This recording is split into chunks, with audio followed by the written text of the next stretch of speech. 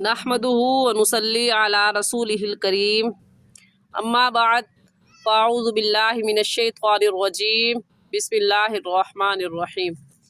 मेरे तमाम देखने वालों को मेरी तरफ से अस्सलामु अलैकुम व रहमतुल्लाहि व बरकातुहू। उम्मीद करती हूँ कि आप सब खैरियत से होंगे और दुआ है कि अल्लाह जल्ला शानुहु आपकी तरफ बढ़ने वाले हर शर को खैर में बदल दे। आमीन सुम्मा आमीन। आज के सबक में हम पारा नंबर 28 सूरतुल मुम्तहिना की आयत नंबर 13 पढ़ेंगे। अल्हम्दुलिल्लाह आज के सबक में सूरतुल मुम्तहिना मुकम्मल हो जाएगी।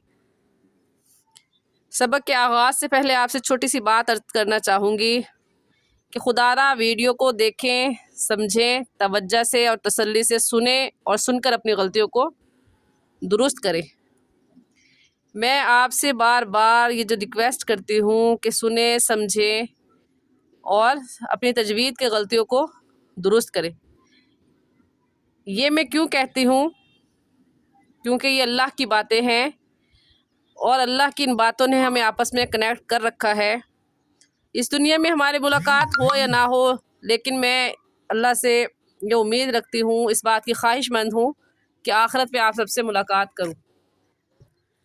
और मैं ये भी चाहती हूँ कि जब आपकी अल्लाह के साथ मुलाकात हो, अल्लाह ताला आपको अपने सामने बुलाएं और आपसे पूछें कि बंदे क्या करके आया है, मेरे लिए क्या लेकर आया है, क्या छोड़ कर आया है।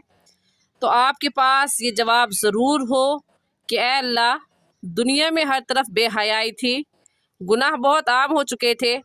जो जितना बेहयाई और गुनाह करता जाता, ये दुनिया उसे इतना ही अप्रिशिएट करती जाती। लेकिन मैंने ऐसे दौर में भी तेरे दीन को सीखने की कोशिश की और उस पर अमल करने की कोशिश की। ऐ अल्लाह, मैंने आपको देखा नहीं था, आपके किसी पैगंबर से मिला भी नहीं था, लेकिन जब से मुझे ये पता चला कि तू मेरा रब है और मरने के बाद मेरी आपसे मुलाकात होगी, तब से अब तक मैं मुसलसल कोशिश करता रहा।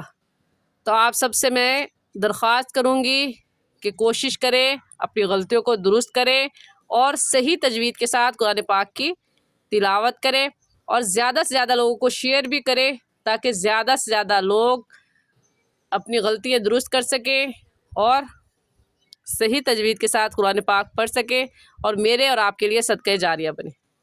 जज़ाकुमुल्लाहु खैरा। सबक का आगाज़ करते हैं। अऊज़ु बिल्लाहि मिनश शैतानिर रजीम।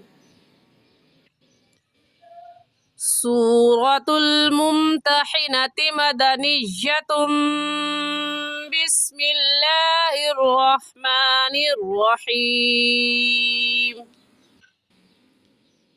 या अय्युहल्लज़ीना आमनू ला ततवल्लौ कौमन ग़ज़िबल्लाहु अलैहिम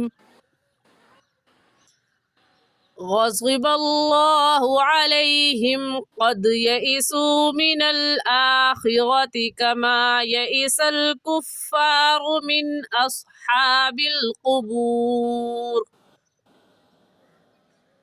इस आयत में या अय्युहल्लज़ीना में कौन सी मद है? इस मद का नाम है मद्दे मुनफ़सिल और मद्दे जायज़, और इस मद को हम 3 अलिफ की मिक़दार खींचेंगे, इससे कम या ज़्यादा नहीं खींचेंगे। और ऐसे पढ़ेंगे या अय्युहल्लज़ीना। अक्सर हज़रात जब कुरान पाक की तिलावत करते हैं तो ये गलती कर जाते हैं कि ज़ाल की जगह ज़ा पढ़ जाते हैं और किसी जगह पर ज़ा की जगह ज़ाल पढ़ जाते हैं, तजवीद का इल्म ना होने की वजह से। तो अपनी इस गलती को दुरुस्त कर लें। ज़ाल नरमी से पढ़े जाने वाले हुरूफ में से है, इसे नरमी से पढ़ें और अलिफ से लेकर या तक की मुकम्मल मखारिज कि कौन सा लफ्ज़ कहाँ से निकलता है, इसके पढ़ने का सही तरीका क्या है, उसकी मुकम्मल तफसील मैं अपनी वीडियो में तख्ती नूरानी कायदे की तख्ती नंबर 1 में बता चुकी हूँ। तफसील जानने के लिए आप तख्ती नंबर 1 मखारिज के साथ देख सकते हैं। तो इसे ऐसे पढ़ेंगे या अय्युहल्लज़ीना आमनू ला ततवल्लौ। अब यहाँ पर एक निहायत ही अहम बात आपको बताना चाहूँगी कि वाव मद्दा और वाव लीन में फ़र्क है। واو مدہ کسے کہتے ہیں؟ واو مدہ کہتے ہیں کہ واو ساکن سے پہلے پیش آ جائے تو واو مدہ کہلاتا ہے، اور واو مدہ کو ایک الف کی مقدار کھینچ کر پڑھتے ہیں۔ اور واو لین کیا؟ واو ساکن سے پہلے زبر آ جائے تو وہ واو لین کہلاتا ہے، اور لین کے معنی نرمی سے پڑھنے کے ہیں، مطلب اس کو نرمی سے اور جلدی سے پڑھ جائیں گے، اسے کھینچ کر نہیں پڑھیں گے۔ اکثر حضرات یہاں پر بھی غلطی کر جاتے ہیں، مدہ اور لین میں فرق نہیں کرتے، یا تو دونوں کو ہی کھینچ جاتے ہیں یا دونوں کو جلدی پڑھ جاتے ہیں۔ تو آپ اس غلطی کو اپنے درست کر لیں، اور مدہ کو کھینچیں گے اور لین کو نہیں کھینچیں گے، ایسے پڑھیں گے آمنو لا تتولوا، آمنو لا تتولوا قوما، قومن کی تنوین پر ہم غنہ نہیں کریں گے، کیونکہ تنوین کے بعد حروف حلقی میں سے غین آ گیا ہے۔ حروف حلقی 6 ہیں، حمزہ ہا، عین ہا، غین خا۔ تو حروف حلقی میں سے غین آ گیا، اس وجہ سے اس تنوین پر غنہ نہیں کریں گے، جلدی سے پڑھ جائیں گے۔ قومن غضب اللہ، لفظ اللہ کو پر پڑھیں گے، کیونکہ لفظ اللہ سے پہلے زبر آ گیا، اور پر پڑھنے کا طریقہ کہ آپ کے دونوں ہونٹ گول ہو جائیں، ایسے غضب اللہ علیہم، عین حلق کے درمیانی حصے سے عین نکلتا ہے، نکال کر پڑھیں گے علیہم۔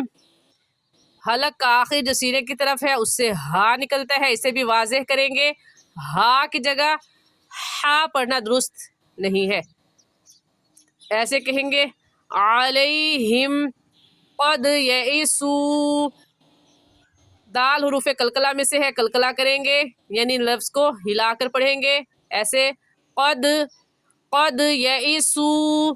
یہاں بھی واو مدہ آ گیا، کیونکہ واو ساکن سے پہلے پیش ہے تو واو مدہ کہلائے گا، اور واو مدہ کو ایک الف کی مقدار کھینچیں گے، تو ایسے کہیں گے قد یئسوا من الآخرۃ، را کے اوپر زبر ہے، را کو پر یعنی موٹا کریں گے، آخرۃ کما یئس الکفار من اصحاب القبور۔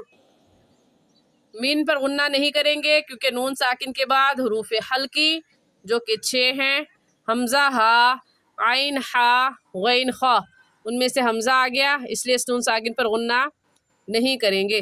اور اسے حمزہ کیوں کہا؟ کیونکہ نورانی قاعدے کی تختی نمبر 4 میں ہم پڑھ چکے ہیں کہ جس الف کے اوپر زبر زیر پیش یا جزم آ جائے تو پھر اسے الف نہیں کہتے بلکہ حمزہ کہتے ہیں، اس وجہ سے ہم اسے حمزہ کہیں گے۔ اور قاعدہ ہم نے پڑھا کہ نون ساکن یا تنوین کے بعد حمزہ آ جائے حروف حلقی میں سے تو اس نون ساکن یا تنوین پر غنہ نہیں کرتے بلکہ جلدی سے پڑھ جاتے ہیں، من اصحاب القبور۔ قبور کو اتنا کیوں کھینچ رہی ہوں؟ کیونکہ یہاں پر مد وقفی اور مد عارضی ہے، اور مد وقفی اور مد عارضی کو 3 الف کی مقدار کھینچتے ہیں۔ ہمیں کیسے پتہ چلا؟ کیونکہ قاعدہ یہ ہے کہ حروف مدہ کے بعد سکون آ جائے۔ حروف مدہ یہاں پر واو مدہ ہے، واو ساکن سے پہلے پیش آ گیا تو واو مدہ۔ حروف مدہ کے بعد سکون وقف کی وجہ سے آیا، کیونکہ را ساکن تھا، اور گول دائرہ یہ وقف کی علامت ہے، جب یہ گول دائرہ آ جائے تو مطلب یہ ہے کہ یہاں پر ٹھہرنا چاہیے، بات مکمل ہو گئی ہے۔ تو جب ہم وقف کرتے ہیں آخری حرف کو ساکن کر دیتے ہیں، تو اب قاعدہ یہ ہے کہ حروف مدہ کے بعد سکون جو آیا وہ کس کی وجہ سے آیا؟